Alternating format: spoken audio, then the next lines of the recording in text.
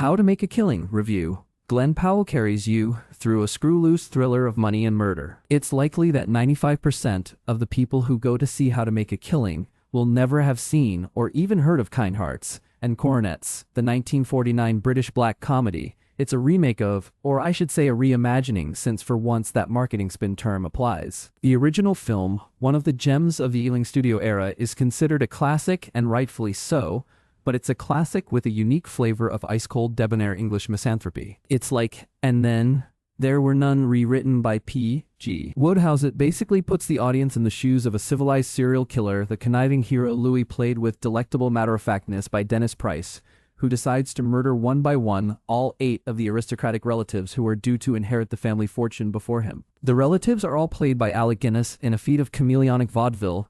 That's the hook of the movie. The new version, written and directed by John Patton Ford, who made a minor indie splash with his first feature Emily the Criminal 2022, has the same outline as Kind Hearts and Coronets, only in this case the relatives are played by different actors, and the movie is busy enough to have a lot more than murder on its mind. It's a light-finger drop-dead screw-loose noir, a quasi-satirical mashup of greed and desperation, and Wall Street chicanery, and a dash of romance with Glen Powell Desai in Brioni suits turning his pinied handsomeness into a mask of yuppie treachery. He plays Beckett Redfellow, the lowliest member of a preposterously wealthy dynasty. Beckett grew up poor in downscale Belleville, NJ. His mother was kicked to the curb after getting pregnant out of wedlock. But after dutifully going to work in a clothing store, and enduring one insult too many, he decides to go for the money by murdering the 7 Redfellow cousins who stand in between himself and the inheritance that has still legally in line for. He starts off by drowning Taylor Rifflaw, a finance bro. Before long, his dating Ruth Jessica Henwick, the ingenuous girlfriend of his second victim, Noah Zach Woods, a bohemian photographer so obnoxious he writes a note to Beckett signed Love White Basquiat that you're happy to see him get blown up in his darkroom. And there's a femme fatale on top of all this, Beckett's childhood love Julia, played as an adult with whiplash amorality and leggy aggression by Margaret Qualley, who continues to radiate uncut star quality.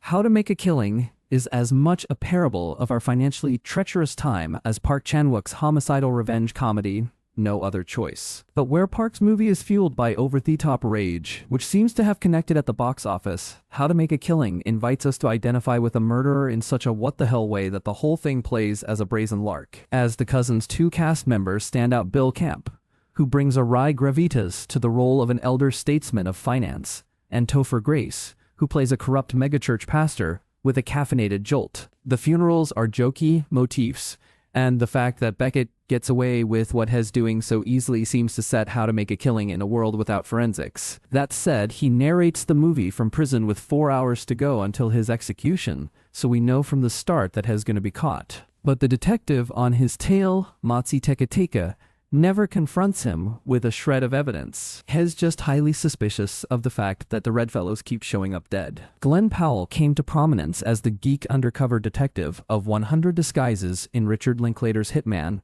and here, as in that movie, he carries the audience with his energized sense of play. He's sleek enough to cruise through a movie like, well, Tom Cruise, and part of it is that he shares Cruise's projection of quickfire intelligence. Powell, as Beckett, is always thinking, deciding, calculating, and the actor lets that all show through.